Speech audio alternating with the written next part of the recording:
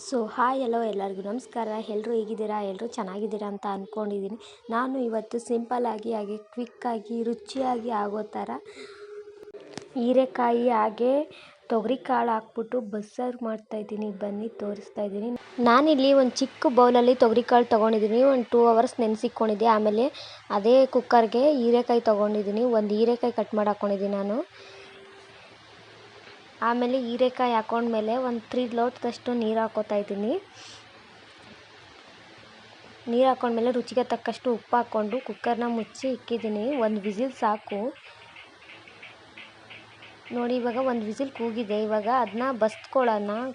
ಕಾಳನ್ನ ಕೂಗಿಸ್ಕೊಂಡಿದ್ವಲ್ಲ ಅದನ್ನೆಲ್ಲ ಬಸ್ತಿಕ್ಕೊಂಡಿದ್ದೀನಿ. ಇವಾಗ ಒಂದೇ ವಿಸಿಲ್ಗೆ ತುಂಬ ಚೆನ್ನಾಗಿ ಸಾಫ್ಟಾಗಿ ಬೆಂದಿತ್ತು. ಇವಾಗ ಅದೇ ಕುಕ್ಕರ್ಗೆ ಒಂದು 3 ಟೇಬಲ್ ಸ್ಪೂನಷ್ಟು ಎಣ್ಣೆ ಹಾಕ್ಕೊಂಡು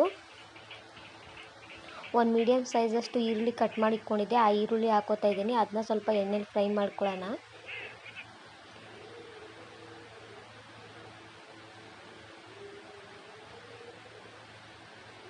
ಫ್ರೈ ಆದಮೇಲೆ ಇವಾಗ ಅದಕ್ಕೆ ಬಸ್ತಿಕ್ಕೊಂಡಿರೋ ಕಾಳನ್ನ ಇದ್ರೊಳಗಡೆ ಹಾಕ್ತಾಯಿದ್ದೀನಿ.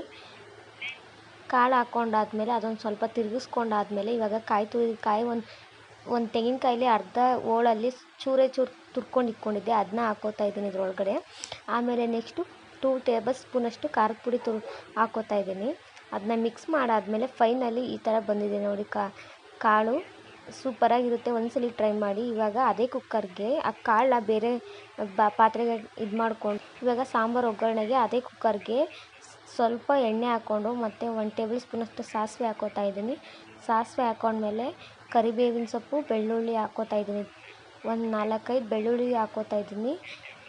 ಆಮೇಲೆ ಮೀಡಿಯಮ್ ಸೈಜಲ್ಲಿ ಕಟ್ ಮಾಡ್ಕೊಂಡಿರೋ ಒಂದು ಟೊಮೆಟೊ ಹಾಕ್ಕೋತಾ ಇದ್ದೀನಿ. ಅದು ಟೊಮೆಟೊ ಚೆನ್ನಾಗಿ ಎಣ್ಣೆಲಿ ಸಾಫ್ಟ್ ಆಗಬೇಕು. ಸಾಫ್ಟ್ ಹಾಕೋಕೆ ಬಿಟ್ಟಿದ್ದೀನಿ.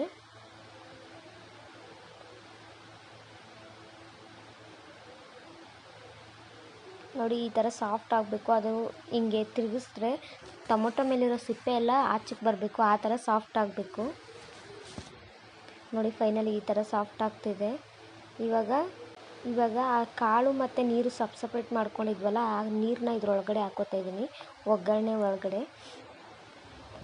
ಇವಾಗ ಅದು ಚೆನ್ನಾಗಿ ಬೇಯಕ್ಕೆ ಬಿಟ್ಟಿದ್ದೀನಿ. ಒಂದು 3 ಮಿನಿಟ್ಸ್ ಬೇಯಲಿ.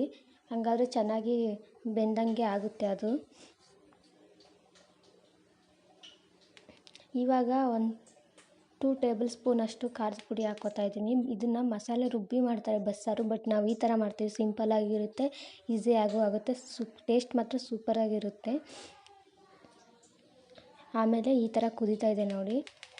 ಖಾರದ ಪುಡಿ ಹಾಕ್ಕೊಂಡು ಒಂದು ಮಿನಿಟ್ಸಷ್ಟು ಕೈ ಆಡಿಸ್ಕೊಂಡಿದ್ದೀನಿ ಅಷ್ಟೇ.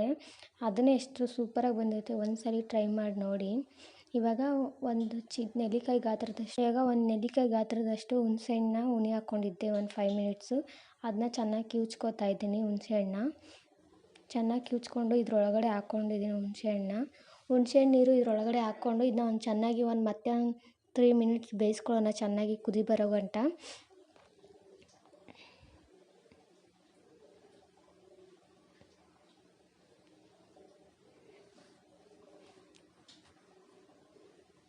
ಕಲರ್ ನೋಡಿ ಸೇಮ್ ಮಸಾಲೆ ರುಬ್ಬಿರೋ ಮಾಡಿರೋ ಥರನೇ ಐತೆ. ಸೇಮ್ ಟು ಸೇಮು ಅದೇ ಥರ ಬರುತ್ತೆ. ಒಂದ್ಸಲ ಟ್ರೈ ಮಾಡಿ. ನಿಮಗೆ ಈ ವಿಡಿಯೋ ಇಷ್ಟ ಆದರೆ ದಯವಿಟ್ಟು ಲೈಕ್ ಮಾಡಿ, ಶೇರ್ ಮಾಡಿ, ಕಮೆಂಟ್ ಮಾಡಿ, ಸಬ್ಸ್ಕ್ರೈಬ್ ಮಾಡ್ಕೊಳ್ಳಿ. ಇವಾಗ ಫೈನಲಿ ಸಾಂಬಾರು ಈ ಥರ ಬಂದಿದೆ ನೋಡಿ. ಈ ಥರ ಕುದೀತಾ ಇದೆ. ತುಂಬ ರುಚಿಯಾಗಿ ಬಂದಿರುತ್ತೆ. ಸಿಂಪಲ್ಲಾಗೂ ಆಗುತ್ತೆ, ಕ್ವಿಕ್ಕಾಗೂ ಆಗುತ್ತೆ. 10 ನಿಮಿಷದಲ್ಲೂ ಮಾಡ್ಕೋಬೋದು ನೀವು. Thank you for